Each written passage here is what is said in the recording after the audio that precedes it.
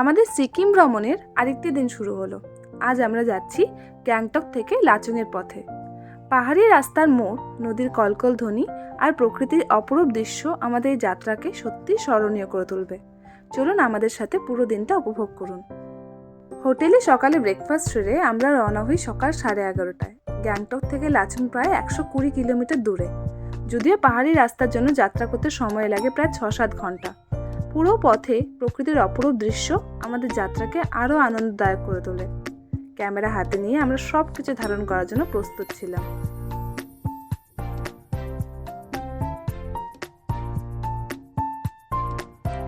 যাত্রাপথে তিস্তা নদীর কলকল ধ্বনি এবং তার পাশে থাকা সবুজ পাহাড় আমাদের মন ভরিয়ে দেয়। আমরা একাধিক জায়গা থেমে ঝর্ণা আর প্রকৃতির সৌন্দর্য উপভোগ করি। তবে পথে কিছু জায়গায় আমরা গাড়ির দীর্ঘ জ্যামের মুখোমুখি হই।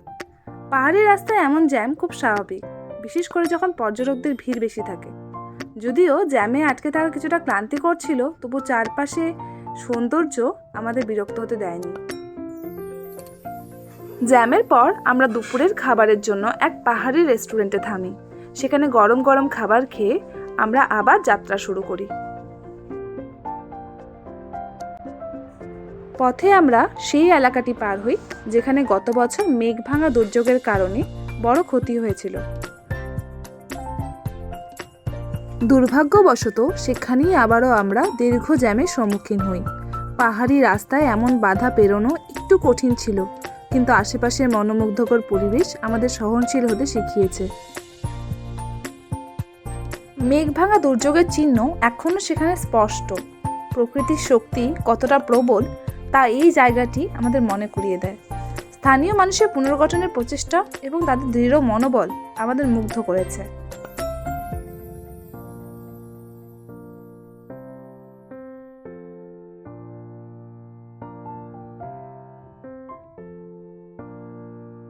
অবশেষে রাত 9টার দিকে আমরা লাচুংয়ের হোটেলে পৌঁছাই। দীর্ঘ যাত্রার পর হোটেলে চেক ইন করে আমরা সবাই স্বস্তি পাই। চারপাশে বরফে ঢাকা পাহাড় আর গ্রাম্য পরিবেশ আমাদের মনকে এক অন্যরকম শান্তি এনে দেয়। রাতে ডিনার করে আমরা বিশ্রামে চলে যাই, কারণ পরদিন আমাদের অপেক্ষা করছে ইয়ামথাং ভ্যালি এবং 0 পয়েন্টের অপার সৌন্দর্য। হোটেলের কর্মীরা আমাদের জানালেন যে এখানে রাতের তাপমাত্রা প্রায় -2 ডিগ্রি সেলসিয়াস বা তার থেকেও নিচে নেমে যায়, যার ফলে সকালে পাইপের জল জমে যাবে। তাই আমরা আগেভাগেই আমাদের বালতিতে জল ভরে রাখি।